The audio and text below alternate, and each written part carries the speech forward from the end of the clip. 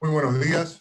Desde la Cámara de Comercio Empresaria Argentino-Polaca les damos una cordial bienvenida a este encuentro, estos ciclos que hemos comenzado a realizar en este 2021 para ilustrarnos sobre los nuevos desafíos que nos presenta este estado de pandemia, digamos, con respecto al mundo laboral. Hoy vamos a hablar sobre los beneficios y los desafíos de la nueva ley de teletrabajo. Esta ley cuestionada o de alguna manera que se está adaptando a estas nuevas modalidades. Vamos a realizar este encuentro en aproximadamente una hora. Nos acompañan directores de la Cámara y nos acompaña también el doctor Marcelo Aquino, a quien ya los voy a presentar. La temática va a ser pedirles, por favor, micrófonos silenciados y que todas las preguntas y respuestas puedan hacerlas a través del chat, donde dice preguntas y respuestas, que las iremos contestando a través del relato. Esto va a ser una dinámica de presentación de cada uno de los empresarios que nos van a comentar un poco cuáles son sus desafíos, la problemática que ha ido generando esto, y después el doctor Aquino nos va a ilustrar con respecto a la ley de teletrabajo, y obviamente desarrollar todas las preguntas que consideren pertinentes. Bueno, voy a presentarles a los oradores. En primer lugar, nos acompaña el presidente de la Cámara de Comercio Empresaria Argentino-Polaca, Juan Rusinek, que además también nos va a comentar sobre sus temas vinculados a su emprendimiento. Así que bienvenido, Juan. Nos acompaña también el vicepresidente de la Cámara de Comercio, señor Ricardo Bajovic, que además vamos a aprovechar, digamos, no solamente, digamos, su cargo directivo en la Cámara de Comercio, sino también como presidente de Byton Group, digamos, este tema muy vinculado al tema del empleo, presidente de la Federación Argentina de Empresas de Trabajo Temporario, también muy vinculado a la Confederación de Cámaras Europeas, y estos son los temas que nos van a desarrollar.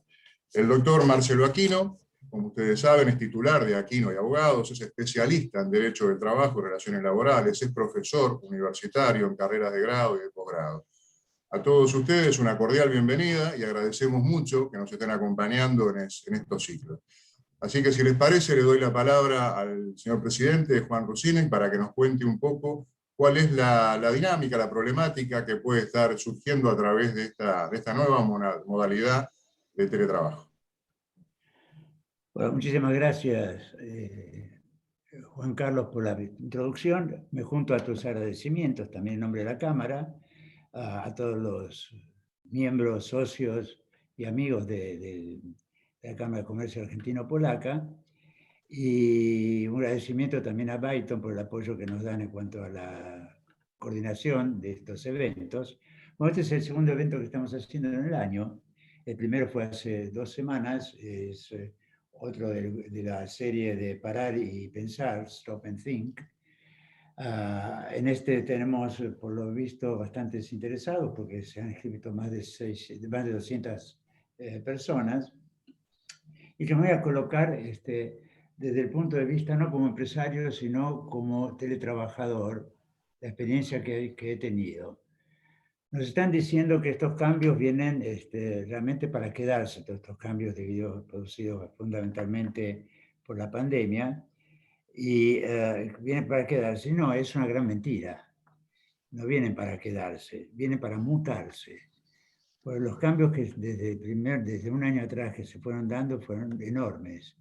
Y esta progresión va a continuar en forma exponencial, va a ir mutando en forma exponencial en el transcurso del tiempo.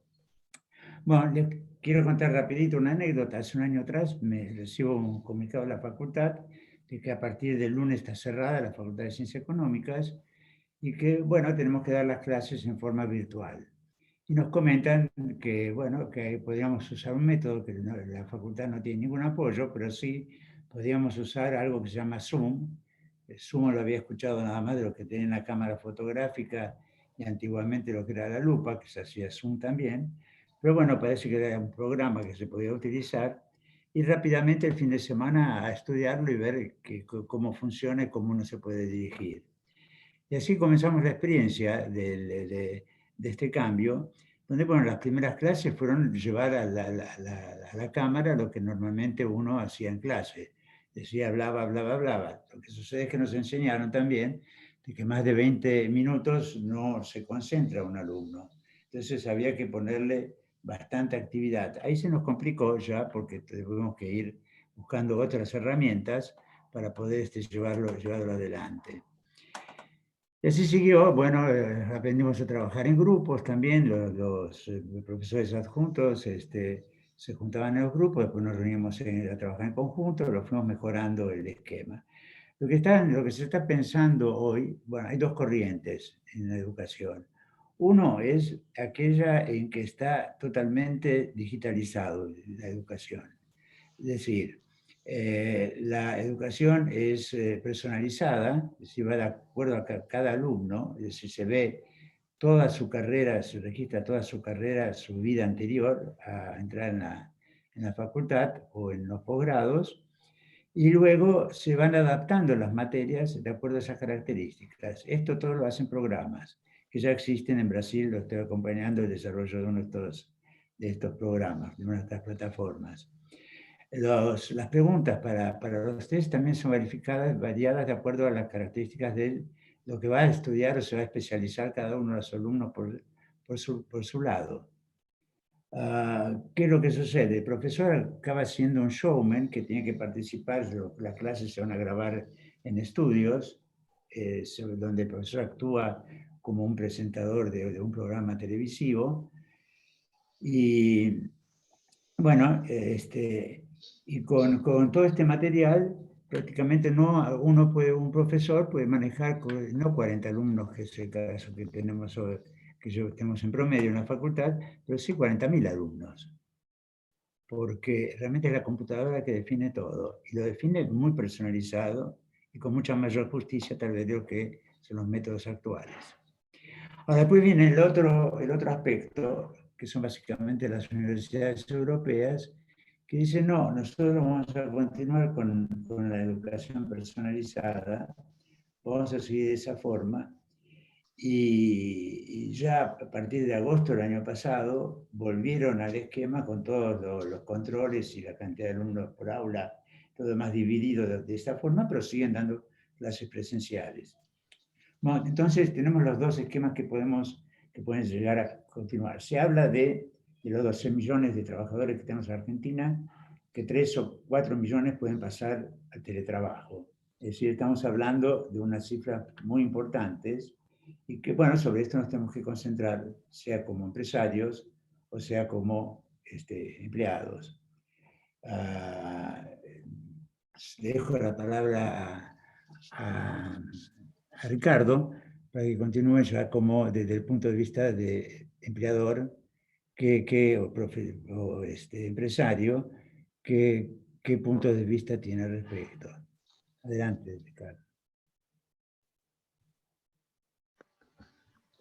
Sí, buenos días a todos, muchas gracias Juan, Marcelo y Juan Carlos. Para mí es un placer siempre estar debatiendo temas de la última generación y de lo que nosotros pensamos, de lo que va a pasar de aquí en adelante en este mundo, ¿no? Es decir, hoy el tema más importante, ¿qué hacemos con el teletrabajo? ¿Qué hacemos con la pandemia? Y eso, el debate no es solo acá en Argentina. El debate se está realizando a nivel mundial. Las grandes corporaciones, si bien el teletrabajo, como sí, ya venía realizándose en distintas organizaciones a nivel internacional. No es nada nuevo el teletrabajo a nivel internacional, pero sí es muy nuevo, bueno, es parte nuevo de nosotros venimos trayendo una cultura que las empresas multinacionales empezaron a aplicar en Argentina, que alguna parte hacen algo relacionado, que le permiten a las personas trabajar un día o 2 veces o días por semana. Entonces, el mundo está pensando en qué hacer en este escenario, porque esto va a movilizar muchísimo la situación económica del país. ¿Por qué? Porque los edificios, en una época cuando yo pensaba qué va a pasar en el mundo en los próximos 5 años porque la transformación laboral va a ser enorme y que los nuevos puestos de trabajo iban a ser en los próximos 5 años totalmente distintos a lo que nosotros veníamos acostumbrados. Y la realidad es que no esperé 5 años, no pasó 5 años, pasaron en 3 meses, nos dieron como un shock de modelo tradicional de trabajo. Dejó de ser un modelo tradicional para convertirse en otro modelo que todavía estamos investigando y estamos pensando hacia dónde va el modelo laboral en los próximos años. Hoy la mayoría de la pandemia y la eterna discusión en las organizaciones es qué es lo que nos está pasando en nuestras empresas, qué está pasando en el mundo, qué pasa con las instalaciones, porque hay empresas y que conozco que han tenido 1.200 empleados y dijeron, hoy, como está armado esto, ya no tengo que pensar en oficina para 1.200. Entonces armó una organización, una estructura en base a 200 y devolvió parte del edificio que tenía las 1.000 personas trabajando y la mandó como modelo de teletrabajo. Entonces las organizaciones, algunas estábamos empezando a pensar que algo iba a pasar y que tenías que preparar tu organización y tu estructura tecnológica para que podés trabajar de otra forma totalmente distinta. No todos estaban preparados, no todos tenían las tecnologías. Las empresas medianas y pequeñas están en una situación extremadamente delicada porque no tenían el avance de la tecnología, no tenían metodología de trabajo para el puesto que tenían permanente. Y todo esto hace que en algunas organizaciones puedan y otras que ya no pueden. Entonces, y las inversiones que esto va a traer. Entonces, el mundo está pensando es cómo diagramar esto. Porque las comunicaciones que estamos teniendo hoy, que hoy tenemos Teams, tenemos Google, tenemos Zoom, tenemos una forma de comunicarnos que muchas veces nos hace trabajar de otra forma. Pero ¿qué se pierde desde el punto de vista social? Se pierde un montón de cosas. Se pierde la comunicación, se pierde el abrazo, se pierde el lobby que hacemos, se pierde el radio pasillo, que muchas veces pasan en las organizaciones. Entonces tenemos, y un debate, y lo tenemos internamente, y lo tenemos con muchos empresarios, es ¿qué somos en realidad? La pregunta que nos hacemos es, ¿somos una empresa de teletrabajo? Esa es la pregunta que nos tenemos que hacer. Tenemos la ley que salió de teletrabajo. ¿La ley de trabajo para qué vino? Vino para ordenar a las empresas o a las organizaciones que hacen realmente teletrabajo. Tienen que aplicarla. ¿Por qué? Porque es la empresa ya definida como una empresa de teletrabajadores. Quizás call center, empresas de tecnología, empresas de comunicación. Es decir, que muchas cosas que se pueden hacer y que han venido haciendo desde sus casas. Encuestas, encuestadoras, mucha gente que hace todo ese trabajo y hace teletrabajo. Entonces, me pareció muy bien que haya una ley en Argentina, que no había una ley, que hacía más de 30 años que no había nada que se legisle en la legislación argentina, un modelo de trabajo distinto. Y se aplicó una ley, buena, mala, no importa cómo, pero empezaron a mirar que el teletrabajo existe y que por consiguiente había que ordenarlo. Ahora, la pregunta, ¿somos nosotros las empresas de servicios o somos las empresas industriales o somos nuestros administrativos de nuestra compañía empleados teletrabajadores? Es la pregunta que nos estamos haciendo todos. Entonces, la pandemia vino a obligarnos a ejercer un modelo que se dice ser modelo de teletrabajo. Entonces, ¿somos teletrabajadores? ¿Tenemos que aplicar los principios de la ley de teletrabajo? El gobierno dijo que mientras dure la pandemia, no iba a haber teletrabajo y que se podía aplicar después de la pandemia.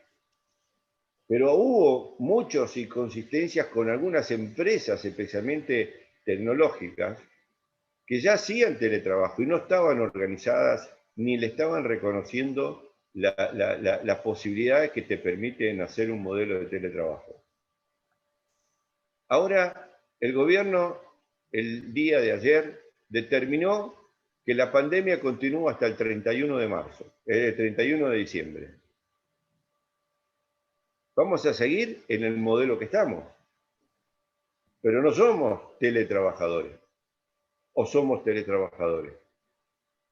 Entonces, la discusión que tenemos todos los empresarios, y no sabemos si por ahora aplicamos, porque en este caso hay empresas que son esenciales y hay empresas que no son esenciales.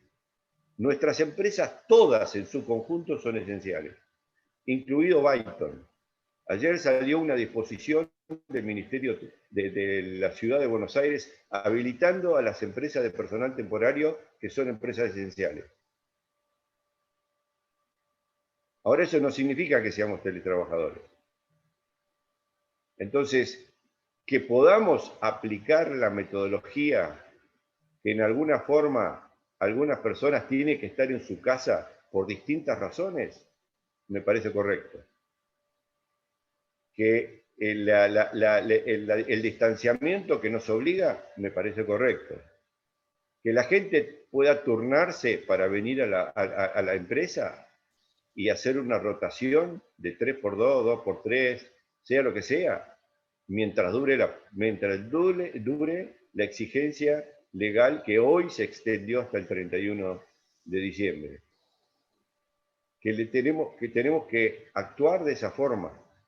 Entonces yo creo que hoy, porque una empresa que tiene teletrabajadores tiene que tener estructuras reducidas, tiene que tener oficinas móviles, espacios móviles dentro de su organización, y no tiene que tener una oficina como nosotros, en caso nuestro, que tenemos 50 oficinas en Argentina. Entonces la pregunta que nos tenemos que hacer, esa gente que está en la oficina, que son 4 o 5 empleados, que atienden personal de esenciales en el mercado, ¿son teletrabajadores? No, tiene que atenderlo, hacerle firmar el contrato, tiene que derivarlo, tiene que asistirlo, atender inquietudes, como un banco. ¿Un banco son teletrabajadores? Puede haber empleados que pueden llegar a introducirse como un modelo de teletrabajador. Pero hay que ver hacia dónde se está apuntando con el modelo de teletrabajo. El modelo de teletrabajo tiene, digamos, para que se entienda bien y lo entendemos los empresarios, nosotros con el personal que incorporamos a nuestras organizaciones es un contrato laboral de acuerdo a la ley 2744 y que son empleados de contrato indeterminado. El contrato indeterminado, ¿son teletrabajadores? Es una pregunta también para los abogados. ¿Qué se entiende por eso? ¿Qué tendríamos que hacer las organizaciones? Entonces, todavía no está claro hacia dónde tienen que ir las organizaciones. Entonces, nosotros tenemos que buscar modelos intermedios, que mientras dure la pandemia, nosotros creo y entiendo que no estamos obligados a aplicar el modelo de teletrabajo de nuestra organización. Entonces, podemos ir haciendo gradual. Tenemos 50 oficinas. ¿Vamos a tener estas 50 oficinas? La gente hace un año que está haciendo, por la pandemia, nos está obligando a que la gente se mantenga de alguna forma rotativa dentro de sus tareas. Nosotros tenemos 78 gremios, más de 300 actividades en nuestra organización. Imagínense si todo eso tiene que hacer teletrabajo. Una empresa de producción tiene que hacer teletrabajo. ¿Cómo lo aplicamos? Entonces, este es el debate que lo que viene.